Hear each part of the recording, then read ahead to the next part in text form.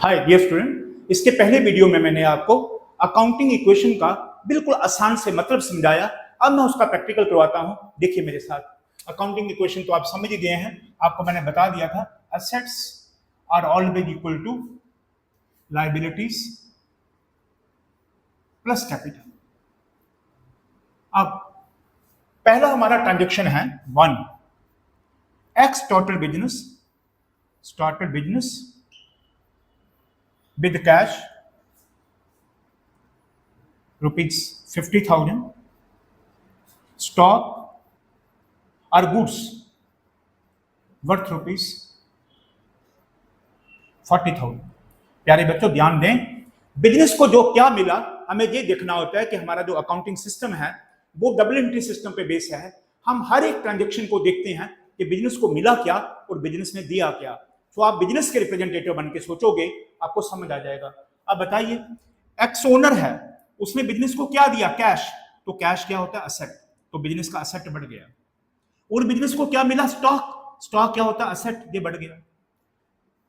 जो कुछ बिजनेस को मिला, स्टॉक और कैश, ये बिजनेस का असेट बढ़ गया। और दिया किसने? एक्स ने। ओनर के पैसे को क्या बोलते हैं? कैपिटल। तो ओनर का कैपिटल बढ़ गया। अब 50,000 का कैश बढ़ गया,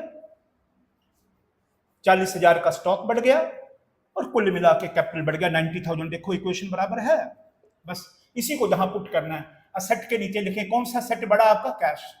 इसी ट्रांजेक्शन नंबर 1 यहां लिख दें। ट्रांजेक्शन नंबर कैश, आपका कैश बढ़ गया है 50,000 से, 50,000 से कैश बढ़ गया। और आपका स्टॉक बढ़ गया। स्टॉक भी बोलते हैं इसको, गुड्स भी बोलते हैं। स्टॉक बढ़ गया 40,000 से। ये बिजनेस को मिला। जो बिजनेस को मिला ये बिजनेस का असेट है और किससे मिला?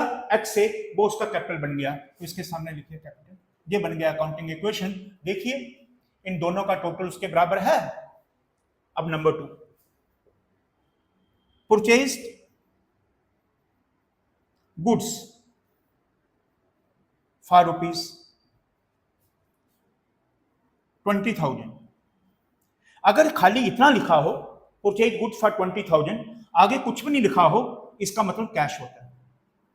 तो बताइए, अगर इसका मतलब कैश है तो बिजनेस ने गुड्स परचेज की। आप किसको रिप्रेजेंट कर रहे हैं? बिजनेस को। गुड्स बिजनेस का असेट है, ये बढ़ गया कितने से? 20,000 से। और बिजनेस ने दिया क्या? कैश। ये कैश असेट है, ये कम हो गया 20,000 से। बस बन गया इक्वेशन। एक असेट आपका बढ़ गया, गुड भी असेट है और कैश भी असेट है। तो इधर आ जाइए नंबर 2 पे। This is transaction number 1, transaction number 2। तो स्टॉक द गुड, एक ही बात है, आपका स्टॉक बढ़ गया 20,000 से और कैश कम हो गया 20,000 से। जो आपने कम करना है उसको आगे माइनस का साइन लगाए या फिर ब्रैकेट में रखिए उसको। तो ये 20,000 प्लस 20,000 माइनस 0 हो गया, इक्वल टू 0। इस पे कोई भी असर नहीं पड़ा। अब कर लीजिए इसका, इसको बोलते हैं न्यू इक्वेशन। हर एक ट्रांजेक्शन के बाद आप टोटल लगाते हैं, उसको लिख देते हैं new equation. This is your new equation. 50 minus 20, this is 30,000। 40 plus 20 is 60,000। हर एक ट्रांजेक्शन आप करते जाएंगे तो आप देखेंगे आपका इक्वेशन बराबर रहेगा। देखिए बच्चों, 30 प्लस 60 90,000 इक्वल टू 90,000, हमेशा बराबर रहेगा। नाउ थर्ड ट्रांजेक्शन आपको बता दें। थर्ड ट्रांजेक्शन आपकी हो गई purchase goods for rupees 30,000 from Rakesh. ध्यान दें, अब जहां कुछ नहीं लिखा था उसका मतलब कैश था। अगर आप कोई चीज खरीदने जाएं, आप मुझे कहें सर मैंने 100 रुपए का रजिस्टर खरीदा है, इसका मतलब 100 रुपये कैश आपका कम हो गया और रजिस्टर आपका हो गया। अंडरस्टूड है? कैश कम हो गया। इसमें नाम लिखा है, नाम का मतलब उधार खरीदा है। तो ये राकेश कौन होगा? क्रेडिटर। क्रेडिटर। क्रेडिटर क्या होता है? लाइबिलिटी। जब हम उधार खरीदेंगे तो हमारा लाइबिलिटी बढ़ गया। लाइबिलिटी के नीचे क्रेडिटर खोल देंगे, हमारा बढ़ गया। कितने से बढ़ गया? कितना हमने खरीदा? 30,000 से। और क्या खरीदा? गुड्स। गुड्स हमारी क्या है? असेट। ये बढ़ गया 30,000 से। एक तरफ हमारी गुड्स बढ़ गई और दूसरी तरफ क्रेडिटर हमारा 30,000 से बढ़ गया। बताइए, गुड्स ऑलरेडी अकाउंट खुला है हमारा स्टॉक का, इसको बढ़ा दीजिए 30,000। दिस इज 30,000, ये बढ़ गया ट्रांजेक्शन नंबर 3।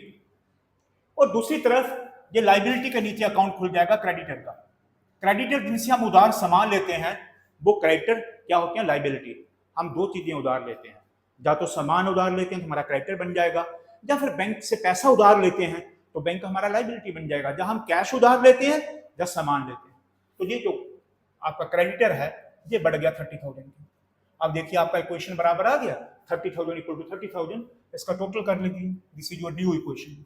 हर एक ट्रांजेक्शन के बाद आपको टोटल करके न्यू इक्वेशन बना लेना है, न्यू इक्वेशन, और हर एक नई इक्वेशन बराबर रहेगी। जैसे 30,000, 90,000, दोनों को प्लस करें तो 1,20,000, इधर देखिए 30,000, 90,000 हो गया 1,20,000 के बराबर। अब आगे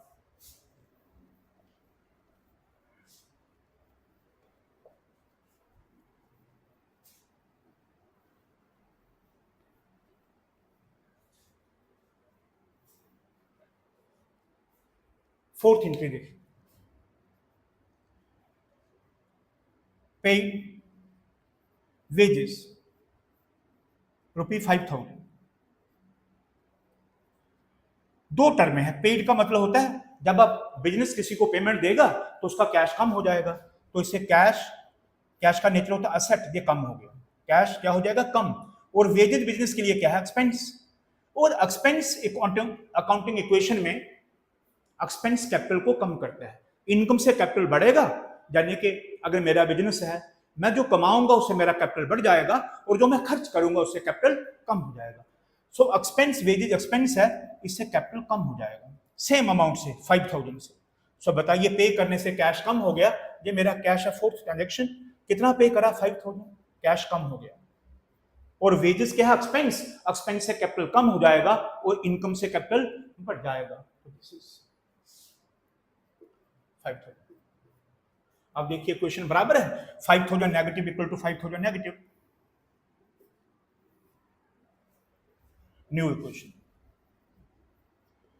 30 में से 5 माइनस करें, 25,000, जिसे 90,000। आप इन दोनों को प्लस करेंगे, 90 प्लस 25, 1,15,000, देखो इसके बराबर है 30,000, ये 85,000। इन दोनों को प्लस करो तो 1,15,000 आ जाएगा। हमेशा अकाउंटिंग इक्वेशन बराबर रहेगा। आप कोई भी एंट्री करिए, this is a system of give and take. आप कुछ चीज लेते हैं और कोई बदले में देते हैं, एक्सचेंज ऑफ ट्रांजेक्शन, यानी कि आप बाजार से कुछ भी खरीदें तो चीज आपकी हो जाएगी और कैश उसका हो जाएगा। नेक्स्ट फिफ्थ ट्रांजेक्शन देखिए, फिफ्थ मैं बोल रहा हूं, रिसीव रेंट ₹6,000। प्यारे बच्चों ध्यान दें, ये रिसीव लगा है। रिसीव का मतलब हमने कोई प्रॉपर्टी अपनी किराए पे दी थी, उसका हमें रेंट मिला, तो रिसीव से हमारा कैश बढ़ गया, कैश असेट हमारा बढ़ गया।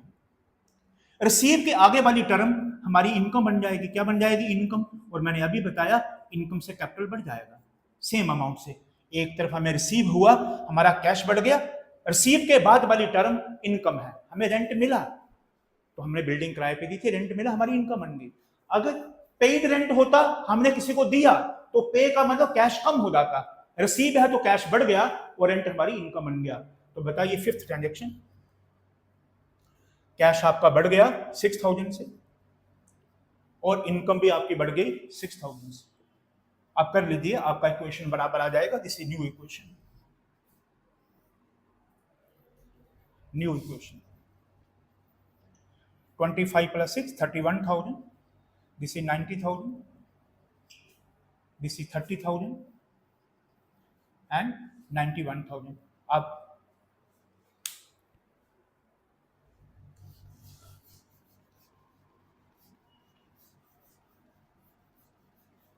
अब दोनों का टोटल करिए, दिस इज 31,000 प्लस 90,000,